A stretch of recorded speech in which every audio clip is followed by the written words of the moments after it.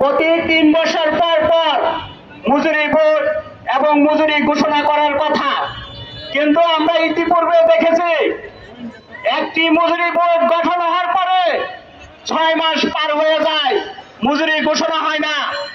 কিন্তু সামনে নভেম্বর মাস, ডিসেম্বর মাস আমরা যে বেতন জানুয়ারি মাসে পাওয়ার কথা, এখন তিনি এই সরকার মজুরি বোর্ড নিয়ে কোনো আলোচনা করছে না।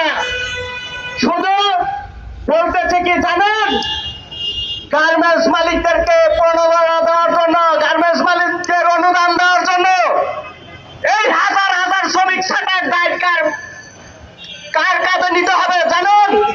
এই সরকার যদি গার্মেন্টস মালিকদেরকে লোক যদি না দেখাইতো যে যারা দুর্বল মালিক আছেন তাদেরকে আমরা লোন দেব, প্রণোদনা দেব, সহযোগিতা করব, এই দুর্বল মালিকগুলা এই শ্রমিকদের উপরে স্ক্যাম রুলার চালিয়ে দিয়েছে। কিভাবে? এই দুর্বল দেখারা শ্রমিক ছাঁটাই করে দিয়েছে। আপনারা জানেন ইউনূস সরকার আসার পরে গুলি কাকে করেছে? আগে আশুলিয়ার গার্মেন্টস শ্রমিকদের, নারী শ্রমিকদের কাছে গুলি করে হত্যা করেছে। এবার দেখেন একটি সংগঠন ৬২,০০০ শ্রমিক ছাঁটাইয়ের কথা বলেছে, আমি বলেছি আরো বেশি। তার কারণ অনেক শ্রমিকরা নাশা গ্রুপ, জেনারেশন নেক্সট, এরকম হাজার হাজার শ্রমিকরা এখন তিনি শ্রমিকদের পাওনা পায় নাই। কার জন্য জানেন? এই সরকারের জন্য।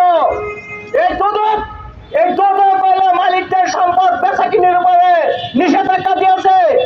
আমি বলতে চাই এই গার্মেন্টস মালিকদের উপরে যে নিষেধাজ্ঞা দিয়েছেন সম্পদ বেচাকিনির উপরে, সম্পদ বেচাকিনি করে শ্রমিকদের পাওনা পরিশোধ করেন, তাহলে বুঝবো আপনারা কাজের লোক।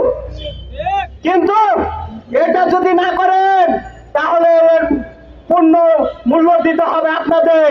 যে সময় যারা দুর্নীতি করে তাদেরকে ধরেন না, গার্মেন্টস শ্রমিকরা যে সময় পাওনা পাবে ওই সময় দুর্নীতির দায়ে তাদেরকে গ্রেপ্তার করেন, বিভিন্ন জায়গায় নেন। আমি বলতে চাই শ্রমিকদের পাওনা আগে দিবেন, তারপরে ব্যাংক পাবে, সরকার পাবে, তা দেখবো আমরা। কিন্তু শ্রমিকদের পাওনা নিয়ে কোনো আপোষ নেই। আর এই সরকারকে বলতে চাই অবিলম্বে মজুরি বোর্ড গঠন করতে হবে। যদি মজুরি বোর্ড এই মাসের ভিতরে মজুরি বোর্ড গঠন না করে তাহলে কঠোর আন্দোলন কর্মসূচি আমরা গড়ে তুলব। এবং শুধু এই চিটাগাঙে শ্রমিক হত্যা হয়েছে, এই সরকার কোথায় এখন? আশুলিয়াতে শ্রমিকের উপর লাঠি চার্জ হয়েছে, গুলি হয়েছে, টিয়ার সেল মেরেছে, গাজীপুরে